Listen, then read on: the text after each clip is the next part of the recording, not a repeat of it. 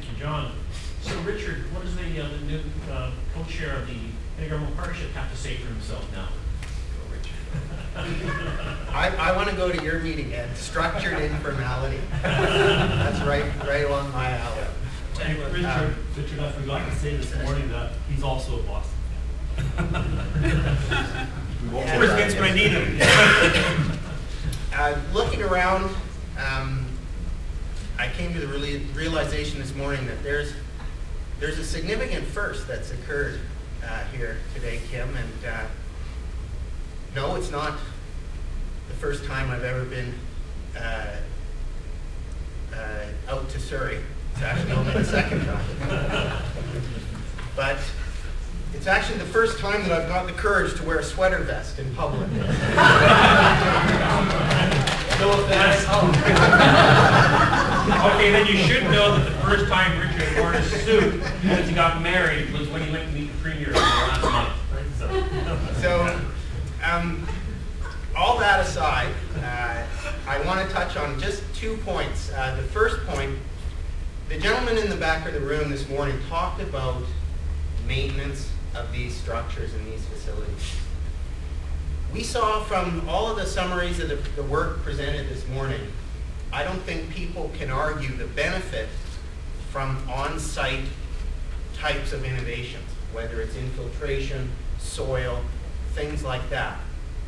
So we know that there's benefit to come out of these things, but what we hear all the time is how are we going to look after them, and how are we going to get people to take care and maintain these things.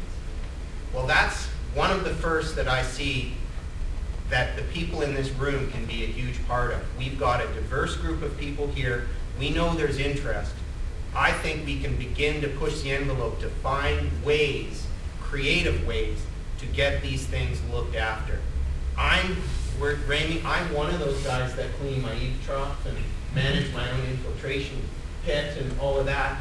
And if I can wear a sweater vest in public, we got to be able to find a way to get people to actually look after a piece of new infrastructure that's so important, right? The next thing, Pam mentioned habitat and general ecology in the work we're doing now. I think it's a very important point, and it's something that I want to push us towards as well. The people in this room, I think, have the integrated knowledge. We have the capacity to really think beyond water and water in our streams. As visitors here in this region, I think we've got an inherent right to look at the bigger picture.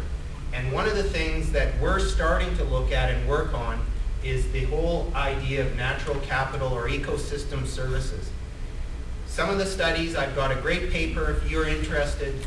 I'll give you my card and I'll send you this paper, but things like soil and basic vegetation have some of the most important ecosystem services available on the planet, but yet we're not really looking into these things a lot. We're really water-centric, we're water-focused.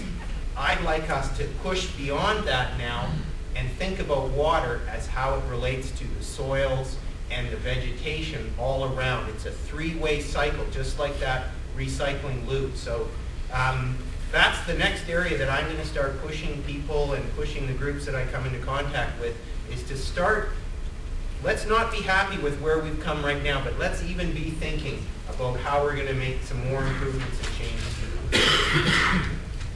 Thank you, Richard. And Karen wants